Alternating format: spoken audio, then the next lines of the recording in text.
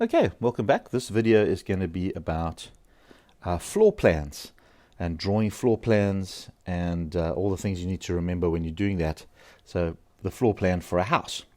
Alright, so let's talk through the basic ideas we've got here. So when we draw a floor plan, the idea is we are doing a top-down view of the house.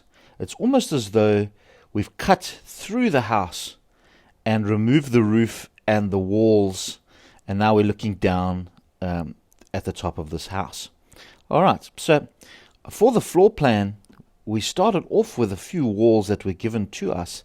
So the very first thing that we did was just finished off drawing the walls all the way around, so we had a basic rectangular shape.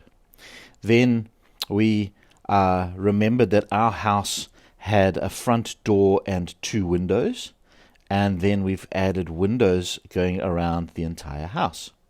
Okay, so when we drew this floor plan, we decided, right, central front door, looks like a bit of a passage here, and then we've got the bathroom that we've drawn.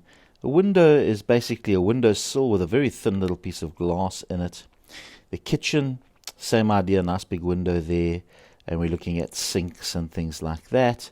The lounge has big couch and maybe a TV on the wall there. Also a window.